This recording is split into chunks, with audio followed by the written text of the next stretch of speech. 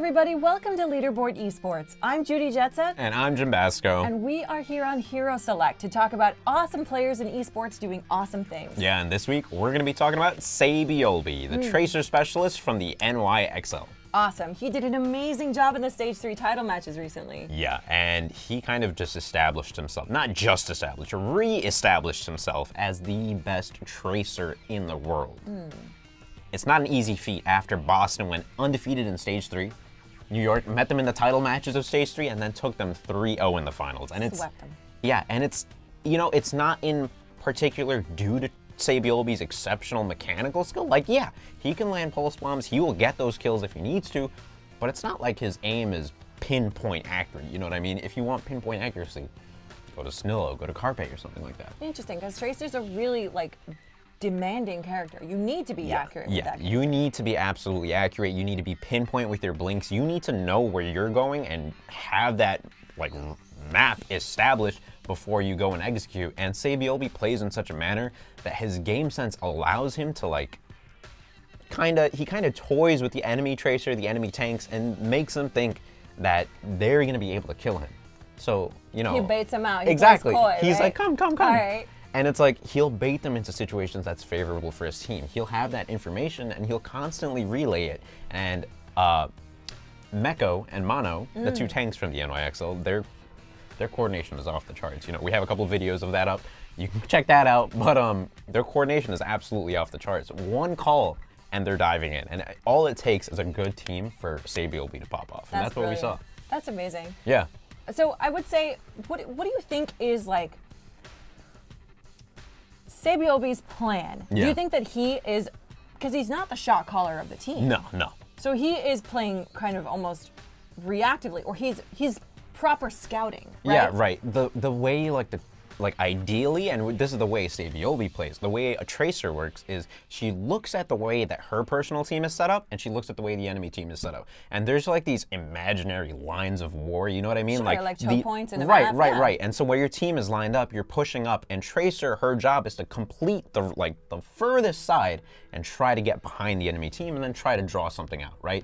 Create an opportunity, maybe get a pick. Saebyeolbe is just exceptional at reading these maps and just sliding right in, landing a good pulse swarm, creating huge opportunities when there's really nothing. And effectively weakening the defense line. Yeah, right? and it's then the team pulls in like the cavalry. Exactly, and he's so methodical, yet you would expect this kind of play from like someone like Shadowbird, you know, someone very reserved, like quiet. He's a cool guy, nothing against him.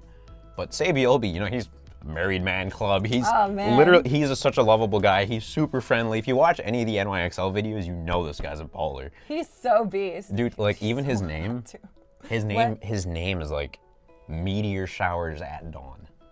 Yeah, that's what Saebyeolbe translates to, and it's like, he's a philosopher. yeah, I know, right? Philosopher, married man club. What else? Of course he's married. He's so intelligent. Dude. Yeah, that's it. What a beast. I mean, that's amazing.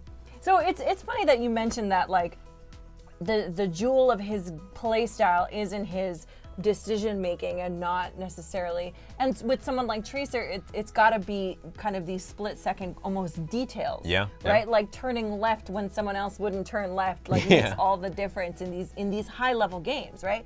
It reminds me a lot of someone you may all know of, a young man named Faker. Yeah, you may have heard his name Once before. or twice, you may be aware of him. He never ceases to amaze me or anyone in the esports community. Honestly, people have dissected his plays to like try and make themselves better. And it comes down to the most beautiful kind of like, literally no moment is wasted with this man's alive time in this game. You know what I mean? Like he'll finish clearing a wave and like he'll like clear all the minions and then like step into the brush and put a ward down. And that was the most godlike ward you've ever seen in your life. Why? Because it gives you amazing information. It gives you like, even if no one's there, it shows it's in such a choice spot that gives you information. You can like deduce from the nothingness that you know exactly where the jungler is. You know where he's going to be in the next 30 seconds. And if not, Faker told you because he already knows. It's like he tells the future. And just when watching him outplay people is like magic. I can imagine it's the same with SBB. It's very similar, and that's like the fact, like that's the like the advantage of having such high game sense. It's you can do things like that. You can set up situations that are always going to be successful for you. And like, you know, on the NYXL, not every player is as equipped with such large game sense, with such 3D visual, spatial awareness. Okay, but I mean, they sometimes replace SBB for Pine. Yeah, exactly. Like, mechanically, like, Saebyeolbe is a fantastic Widowmaker. He's a fantastic McCree. He can hit those shots. Okay. But, you know, they have a specialist. Pine, not so great with game sense, meaning he can hit a shot and he can hit those shots constantly. If you pocket him, he will pop off. But on maps that you don't have those long lines of sight, maps where you don't have, or maps where you have too many long lines of sight, where McCree is ineffective, maybe he'll pull out a Widow, but other than those two heroes, you know, Pine's really not all that useful. And it's because of his limited game sense that he's not able to pull out heroes on the fly and be as effective with them. Okay, so you would say that he's more like an accuracy bot. Like if you put him in this very specific situation, he'll do the thing he needs to do. Exactly, and they keep pulling him out in those same situations. Ilios is Pine's map. He has, I'm pretty sure, a higher win rate on that map than anybody else in the league because they pull him out exclusively for that map series.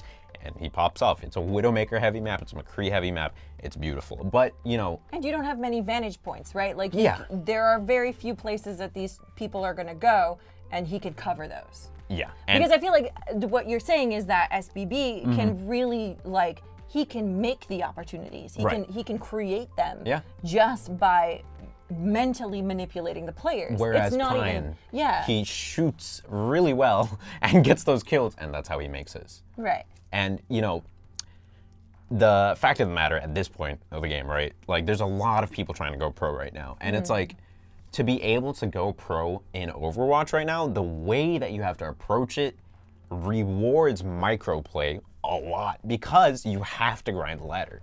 And what they don't tell you, which you will find out soon enough, once you get enough to to a high enough point on the ladder, you obviously have to join a team.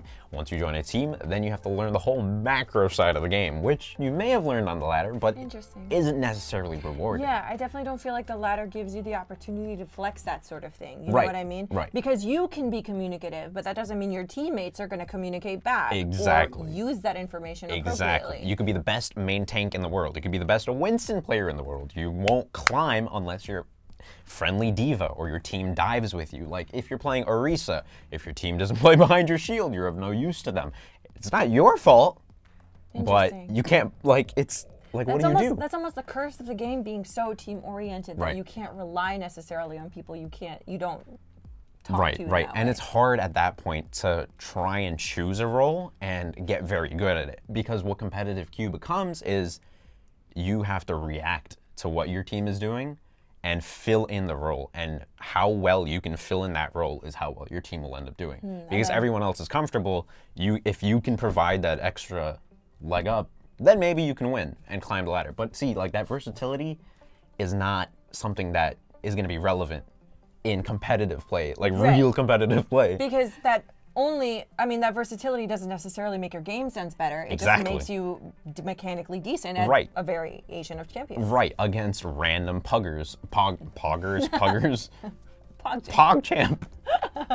Okay, so because I've noticed something in League where a lot of people, in a similar fashion, because the real come up comes from solo queue and that kind of exposure, you've got a lot of people who grind the ladder, play a bunch of games, get really mechanically good, and then don't really show much after they get found out and exposed for whatever they're good at, right? So we've got like Acadian, for example. He's amazing Rek'Sai, popped off, amazing. I think he played a decent Olaf too, but he was just, we thought he was a genius.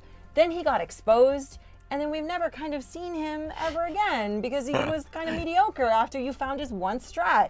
And so, what do you think Overwatch could do to make the next SBB? Well, I think really what it comes down to is realizing that to climb in competitive queue, you can't just queue for one role. You know what I mean? Like, I'm a Widowmaker, man. Okay, this season I'm a Hanzo main. You know, desperate times. But yeah, see, you're meta slaving right now. You're really like leaning into the meta. You absolutely have to, otherwise you will not climb. If you try to enforce your own meta on what's powerful now, the game is balanced in such a way that they, like, it's been dive for like 9 or 10 months at this point. Blizzard just swapped it, so now the meta is completely shifted away from dive. So it's going to take some time for the player base as a whole to swap over. Interesting. Yeah. So is SBB going to suffer because of that? Or is he just like a cut above just because he's already got the game sense? Honestly, I think he has the game sense because he can work with his team exceptionally well. And if they, like, the one way to play around Brigitte, keep your distance, play with your team, dash back, you know. If you bait out her abilities, which is something he's fantastic at, you will have a good time. So it's going to be interesting to watch for sure. Awesome. So that's SBB in a nutshell. Thank you, Jimmy, for the explanation. I'm really excited to see how he does in Stage 4. With the meta change, I still think he's going to excel because I believe in that knowledge, that big brain. Ever upward. Hey, let's go. Yeah. Well, let us know if you want us to feature anyone in future episodes by commenting below. And thanks for watching. Yeah, that is it for this week, guys. Like and subscribe if you haven't already, and hit that bell icon to become part of our notification squad today to find out when we're going to be uploading, usually 3 times a week. So if you love content about Overwatch, League of Legends, or esports in general, you're going to want to keep your eyes peeled. My name is Jimmy, or Jimbasco. I'm Judy Jetset. With Leaderboard Esports. We will catch you next time.